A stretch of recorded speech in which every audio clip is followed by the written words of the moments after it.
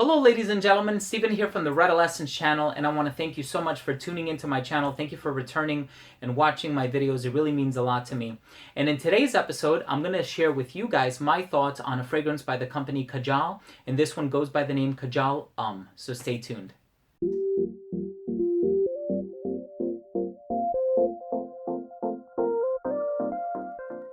Now, this fragrance was released in 2015. The perfumers behind the scent are Rosendo Matteo and Christian Carbonell. For those of you who don't know, Christian Carbonell has worked on many fragrances by the company Xerjoff. He's also done the newest formulation of Panda for the company Zoologist. And here we have a new line, or a fairly new line. This one is from 2015, and these perfumers have worked on most, if not all, of the fragrances from the line.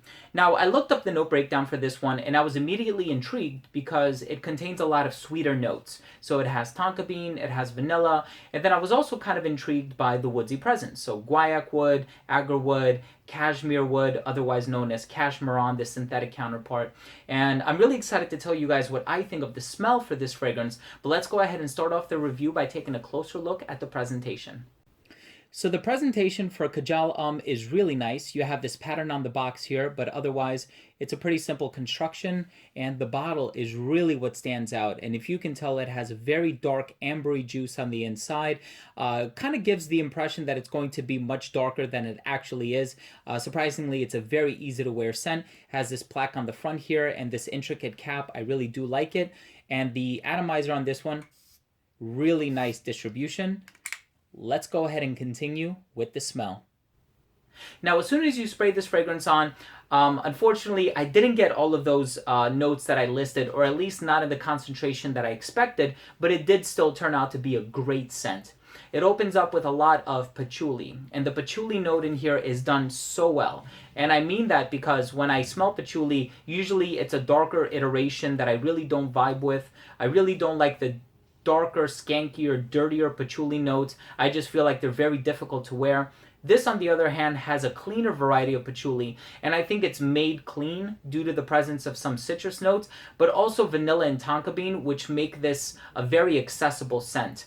Now, there is a masculine character about it, and perhaps that's on account of the woodsy presence, but then again, it's a bit of a paradox because you see all these skanky notes, especially the agarwood, but you're not really getting that as far as the agarwood is concerned. You're not getting anything fecal or animalic or overly challenging, and I think that's because it has the cashmere wood. It has a creamy smoothness on account of a sandalwood note in the base as well, and the guaiac wood really just opens up the composition and increases the wearability by a lot.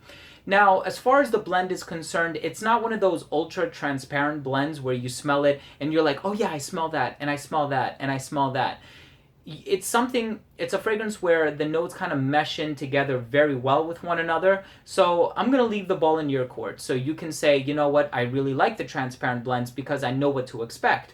Or you can say, well, I really like these blends because it shows that it's better blended and that there's more cohesion in the fragrance. All in all, what I can say is that the overall smell is incredibly pleasant. I love wearing this one, and this is a little deceptive, so I have to talk about this on my channel. Look how dark the juice is in there.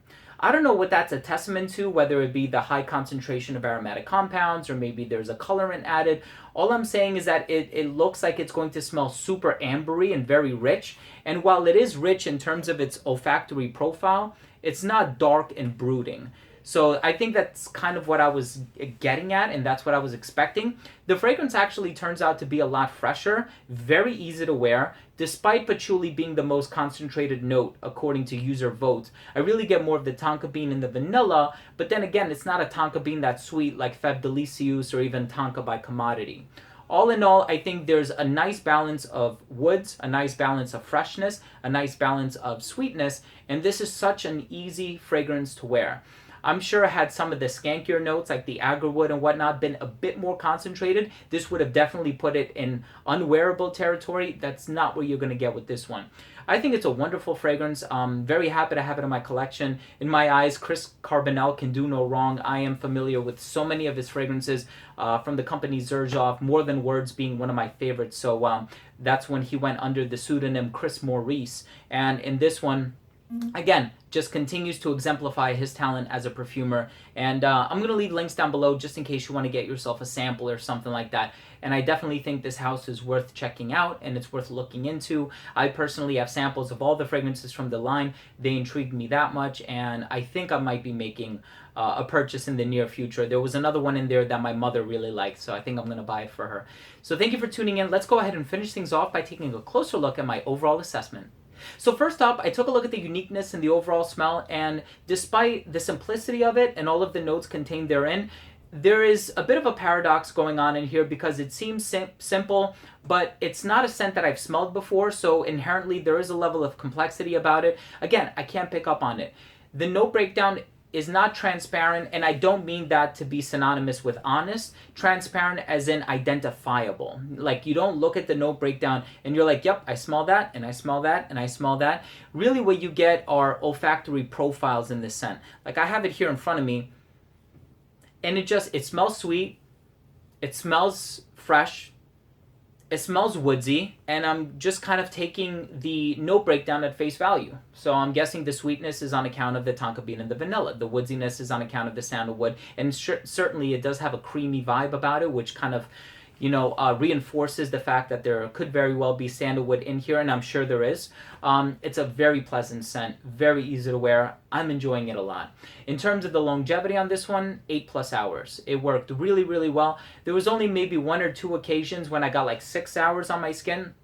But typically, if you're not spraying it in a high contact area like your wrist, where you're constantly washing your hands and you're touching your wrist to things, leaning it on the desk, I think you're going to get really good longevity from this one. Just don't over apply because it is a high concentration, and I think this might gas people out. Projection on this one was great for about 2 hours. Versatility is also really good. There is a masculine appeal about it, and I think that may be due to the patchouli in the woods. So I can see a woman pulling this off. Again, wear what you love, wear what you want to smell on yourself, and let these be just recommendations for you. At the end of the day, it's all about what you like and what you feel comfortable wearing. And the presentation on this one is just gorgeous. I showed you guys the in-depth look at it. They definitely dished out a few bucks for this. So if I had to give this fragrance an overall assessment, I would say that I love the scent. It's very easy to wear. It wears on the skin very nicely, very comfortably. There's a little woodsy presence. There's a sweetness about it. I think it's very versatile in terms of occasions and seasons, and I would highly recommend you guys check it out. So all the links are going to be down below.